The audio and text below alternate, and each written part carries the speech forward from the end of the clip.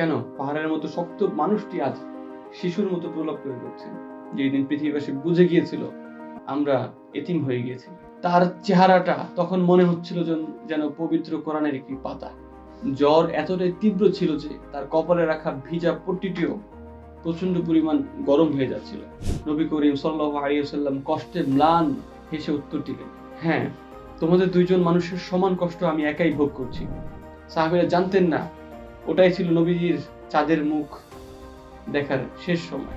আয়েশা রাদিয়াল্লাহু আনহা কান পেতে শুনলেন নবীজি ফিস ফিস করে শেষ কথাগুলো বলছেন। মদিনার আকাশ বাতাস স্তব্ধ হয়ে গেল, খবর ছড়িয়ে পড়ল, কান্নার রোল পড়ে গেল মদিনা।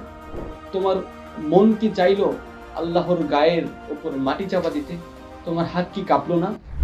আপনি কি কল্পনা করতে পারেন এমন একটি দিনের কথা যেদিন পৃথিবীর আকাশে সূর্য উঠেছিল ঠিকই, কিন্তু মদিনার আকাশ ছিল খুটখুটে অন্ধকার। কেমন জানি পাখিরা ডাকতে ভুলে গিয়েছিল, মদিনার আকাশ হয়ে গেছিল নিস্তব্ধ।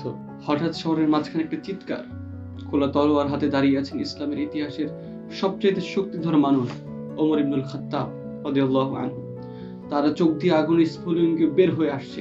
তিনি কাঁপছেন, চিৎকার করে ঘোষণা করছেন, মান ক্বালা ইন্না মুহাম্মাদ ক্বাদ মাত দরাবতু উনুকাহ, অর্থাৎ যে ব্যক্তি বলবে মুহাম্মদ সাল্লাল্লাহু আলাইহি ওয়াসাল্লাম মৃত্যুবরণ করেছে, আমি তার শরীর থেকে মস্তককে বিচ্ছিন্ন করে ফেলব। কেন পাহাড়ের মতো শক্ত মানুষটি আজ শিশুর মতো প্রলাপ করে বলছেন? কেন সাহাবীরা আজ ভয়ে আতঙ্ক স্তব্ধ? ফেরেশতারা নেমে এসেছিলেন ঠিকই, কিন্তু কোনো সুসংবাদ নিয়ে নয়। সেদিন ছিল সেই দিন যেদিন পৃথিবীবাসী বুঝে গিয়েছিল আমরা এতিম হয়ে গেছি, যেদিন ওহীর দরজা চিরতরে বন্ধ হয়ে গিয়েছিল। চলুন ইতিহাসের সেই কান্না ভেজা দিনটিতে আমরা ফিরে যাই। হিজরি 11 সন, সফর মাসের শেষ দিক। রাসূলুল্লাহ সাল্লাল্লাহু আলাইহি ওয়াসাল্লাম জান্নাতুল বাকিতে গিয়ে মৃতদের জন্য দোয়া করলেন। ফিরে এসেই তিনি প্রচন্ড মাথা ব্যথা আক্রান্ত হয়ে গেলেন। জ্বর এতটাই তীব্র ছিল যে তার কপালে রাখা ভিজা পট্টিটিও প্রচন্ড পরিমাণ গরম হয়ে যাচ্ছিল। আব্দুল্লাহ ইবনে মাসউদ রাদিয়াল্লাহু আনহু একদিন নবী সাল্লাল্লাহু আলাইহি ওয়াসাল্লামকে দেখতে গেলেন। তিনি তার গায়ে হাত দিয়ে চমকে উঠলেন এবং বললেন, হে আল্লাহর রাসূল, আপনি তো প্রচন্ড জ্বরে ভুগছেন। নবী করিম সাল্লাল্লাহু আলাইহি ওয়াসাল্লাম কষ্টে ম্লান হেসে উত্তর দিলেন, হ্যাঁ, তোমাদের দুইজন মানুষের সমান কষ্ট আমি একাই ভোগ করছি। চিন্তা করুন, যিনি আল্লাহর হাবিব, মৃত্যুর আগে তাকেও আল্লাহ কতটা কষ্টের পরীক্ষা নিচ্ছিলেন। তিনি বারবার জ্ঞান হারাচ্ছিলেন, আবার জ্ঞান ফিরিলেই তার মুখে একটাই প্রশ্ন, সাল্লান নাস, মানুষ কি নামাজ পড়েছে? বেলালকে বলো আজান দিতে। নিজের শরীরের খবর নেই, উম্মতের মানুষের চিন্তায় তিনি অস্থির। সোমবার 12 রবিউল আউয়াল, ফজরের ওয়াক্ত। হযরত আবু বকর সিদ্দিক রাদিয়াল্লাহু আনহু ইমামতি করছেন। সাহাবীদের হৃদয়ে চাপা কান্না, তাদের প্রিয় হাবিব আজ নেই, মসজিদ শূন্য। হঠাৎ আয়েশা রাদিয়াল্লাহু আনহা এর ঘরের পর্দাটা আলতো করে সরে গেল। সাহাবীরা চমকে উঠলেন, দেখলেন নবী করিম সাল্লাল্লাহু আলাইহি ওয়াসাল্লাম দুর্বল শরীরে পর্দার ফাঁকা দিয়ে তাকিয়ে আছেন। আনাস রাদিয়াল্লাহু আনহা বললেন, তার চেহারাটা তখন মনে হচ্ছিল যেন পবিত্র কোরআনের একটি পাতা। নামাজরত উম্মতের দিকে তিনি তাকিয়ে হাসলেন, তৃপ্তির হাসি। সাহাবীরা সেই হাসি দেখে আনন্দে আত্মহারা হয়ে গেলেন। তারা ভাবলেন প্রিয় নবীজি সাল্লাল্লাহু আলাইহি ওয়াসাল্লাম সুস্থ হয়ে গেছেন, তিনি হয়তো নামাজে আসছেন। আনন্দে তারা কাতার ভেঙে ফেলার উপক্রম হলেন, কিন্তু না, প্রিয় নবীজি সাল্লাল্লাহু আলাইহি ওয়াসাল্লাম হাত দিয়ে ইশারা করলেন, তোমরা নামাজ শেষ করো, তারপর তিনি পর্দা নামিয়ে দিলেন। সাহাবীরা জানতেন না ওটাই ছিল নবীজির চাঁদের মুখ দেখার শেষ সময়। দুপুর গড়িয়ে আসছে, সূর্যের তেজ বাড়ছে, কিন্তু মদিনার আলো নিভে আসছে। প্রিয় নবীজি সাল্লাল্লাহু আলাইহি ওয়াসাল্লাম মা আয়েশা রাদিয়াল্লাহু আনহা এর বুকে মাথা রেখে শুয়ে আছেন। পাশে একটি পানির পাত্র।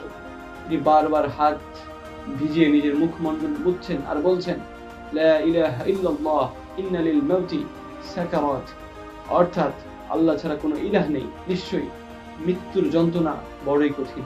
হঠাৎ তার দৃষ্টি স্থির হয়ে গেল উপরের দিকে। আয়েশা রাদিয়াল্লাহু আনহা কান পেতে শুনলেন নবীজি ফিস ফিস করে শেষ কথাগুলো বলছেন। তিনি দুনিয়ার কোনো রাজত্ব চাইলেন না, সুস্থতাও চাইলেন না।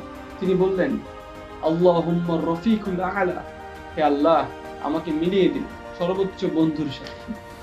হাতটি এড়িয়ে পড়ল, মদিনার আকাশ বাতাস স্তব্ধ হয়ে গেল। সৃষ্টির সেরা মানুষটি আজ, আমাদের প্রাণের নবীজি সাল্লাল্লাহু আলাইহি ওয়াসাল্লাম, দুনিয়া থেকে চিরবিদায় নিয়ে চলে গেলেন। খবর ছড়িয়ে পড়ল, কান্নার রোল পড়ে গেল মদিনায়। ওমর রাদিয়াল্লাহু আনহু তলোয়ার হাতে দাঁড়িয়ে গেলেন। তিনি বিশ্বাসই করতে পারছিলেন না। ঠিক তখনই ধীর পায়ে সেখানে এলেন সিদ্দিক আকবর, হযরত আবু বকর সিদ্দিক রাদিয়াল্লাহু আনহু। তিনি ঘরে ঢুকলেন, নবীজির মুখের কাপড় সরালেন, কপালে শেষ চুমু খেয়ে বললেন, তিবতা হাইয়ান ওয়া মাইয়িতা। ইয়া রাসূলুল্লাহ, আপনার জীবদ্দশা ছিল পবিত্র, আপনার মরণও পবিত্র। এরপর তিনি বাইরে এলেন। ওমর রাদিয়াল্লাহু আনহুকে থামালেন, জনতার উদ্দেশ্যে কোরআনের সেই ঐতিহাসিক আয়াত পাঠ করলেন, ওয়ামা মুহাম্মাদুন ইল্লা রাসূল ক্বাদ খালাত মিন ক্বাবলিহির রাসূল। অর্থাৎ মুহাম্মদ তো একজন রাসূল মাত্র, তার আগে বহু রাসূল গত হয়ে গেছেন। যদি তিনি মারা যান তবে কি তোমরা দিন থেকে ফিরে যাবে? সূরা আল ইমরান 144 নম্বর আয়াত। তার বজ্র কণ্ঠে ঘোষণা করলেন, তোমাদের মধ্যে যে মুহাম্মদ সাল্লাল্লাহু আলাইহি ওয়াসাল্লামের পূজা করত সে জানুক মুহাম্মদ সাল্লাল্লাহু আলাইহি ওয়াসাল্লাম মারা গেছেন। আর যে আল্লাহর ইবাদত করত সে জানুক আল্লাহ চিরঞ্জীব, তিনি মরেন না। মানুষের হুঁশ ফিরল, সবাই কান্নায় ভেঙে পড়ল। সন্ধ্যা ঘনিয়ে এলো, পবিত্র দেহ মুবারক মাটির নিচে রাখা হলো। দাফন শেষে সাহাবী আনাস রাদিয়াল্লাহু আনহু ফিরছিলেন। নবীজির কলিজার টুকরা ফাতেমা রাদিয়াল্লাহু আনহা আনাসকে দেখে একটি প্রশ্ন করলেন, যে প্রশ্নটি আজও ইতিহাসের পাতায় কান্না হয়ে লেগে আছে। ফাতেমা রাদিয়াল্লাহু আনহা বললেন, হে আনাস, তোমার মন কি চাইলো আল্লাহর গায়ের উপর মাটি চাপা দিতে? তোমার হাত কি কাঁপলো না? কিন্তু আনাস রাদিয়াল্লাহু আনহু কোনো উত্তর দিতে পারেননি, শুধু চোখের পানি ফেলেছিলেন। প্রিয় ভাই বোন, আজ সেই নবীজি আমাদের মাঝে নেই, কিন্তু তিনি শেষ নিঃশ্বাসেও আপনার আমার কথা বলতে ভুলেননি। বলছিলেন, উম্মতি উম্মতি, আমার উম্মত আমার উম্মত। আজ বুকে হাত দিয়ে বলুন তো, যে নবীজি সাল্লাল্লাহু আলাইহি ওয়াসাল্লাম আমাদের জন্য কাঁদতেন, আমরা কি তার সুন্নাহর জন্য সামান্য ত্যাগ স্বীকার করতে পারি না? গান বাজনা, হারাম সম্পর্ক আর অলসতা ছেড়ে আমরা কি পারি না নামাজের জায়নামাজে ফিরে আসতে? আসুন আজ এই ভিডিওটি শেষ করে আমরা তওবা করি, চোখ বন্ধ করে নবীজি সাল্লাল্লাহু আলাইহি ওয়াসাল্লামের সেই শেষ হাসির কথা ভাবুন আর প্রতিজ্ঞা করুন, হে আল্লাহ, আমি আমার জীবনকে আপনার রাসূলের সুন্নাহ দিয়ে সাজাবো। হাসরের দিন আমাকে তার হাত থেকে হাউজে কাউসারের পানি পান করার তৌফিক দিন। আমিন ইয়া রাব্বাল আলামিন।